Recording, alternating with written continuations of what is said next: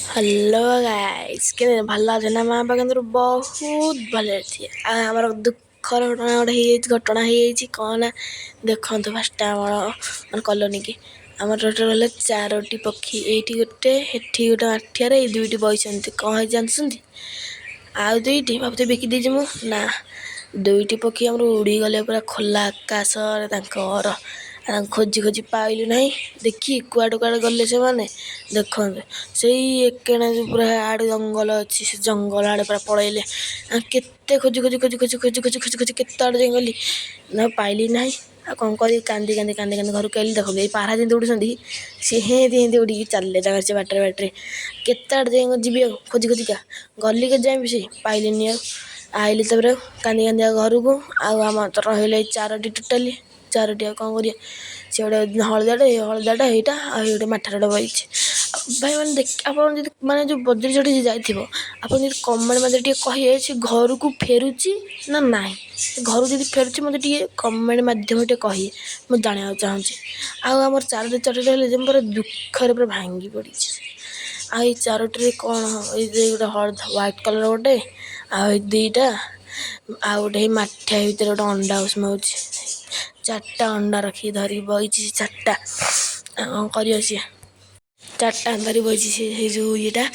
ଆମେ ତ ପୁରା ଦୁଃଖରେ ପୁରା ଭାଙ୍ଗି ପଡ଼ିଛୁ, କାହିଁକି ନା ଆମର ଯେଉଁ ଚଢ଼େଇ 2ଟି ସେ ଉଡ଼ିଗଲେ ସେଇ ଯେଉଁ ଜଙ୍ଗଲକୁ। ଜଙ୍ଗଲରେ ଖୋଜି ଖୋଜି ହାଲିଆ ହେଲି, କିନ୍ତୁ ପାଇଲି ନାହିଁ। କାହିଁକି ନା ମୋ ଭୁଲ ହେଲା, ମୁଁ ଗେଟ୍ଟାକୁ ହିଁ ତିଆରି କରିନଥିଲି। ଗେଟ୍ଟା ହିଁ ମୁଁ ଖରାପ କରିଦେଇଥିଲି।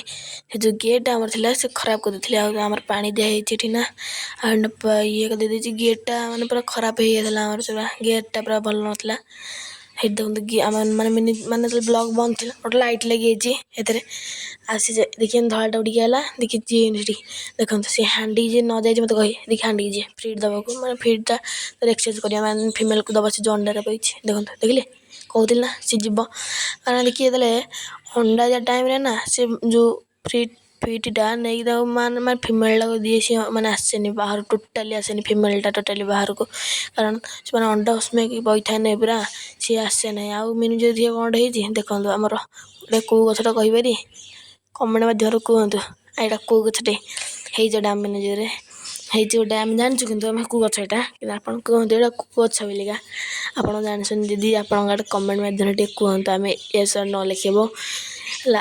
ତା ମୁଁ ଦେଖି ମାନେ ବଦ୍ରିଙ୍କ ଯେଉଁ ଖାଦ୍ୟ ପଡ଼ିଥିଲା, ଯେଉଁ ତାଙ୍କ ଦାନା, ଦେଖନ୍ତୁ କେମିତି ଗଛ ଉଠିଛି, କେମିତି ଦେଖିଲେ? ପୁରା ଗଛ ପୁରା ଚାରିଆଡ଼େ ଉଠିଯାଇଛି, ଆହୁରି ଉଠିଛି। ଆଉ ଆମର ପୁରା ଛିଞ୍ଚତ୍ର ହେଇ ଗଛ ଫଛ ଉଠିଛି ପୁରା ଚାରିଆଡ଼େ।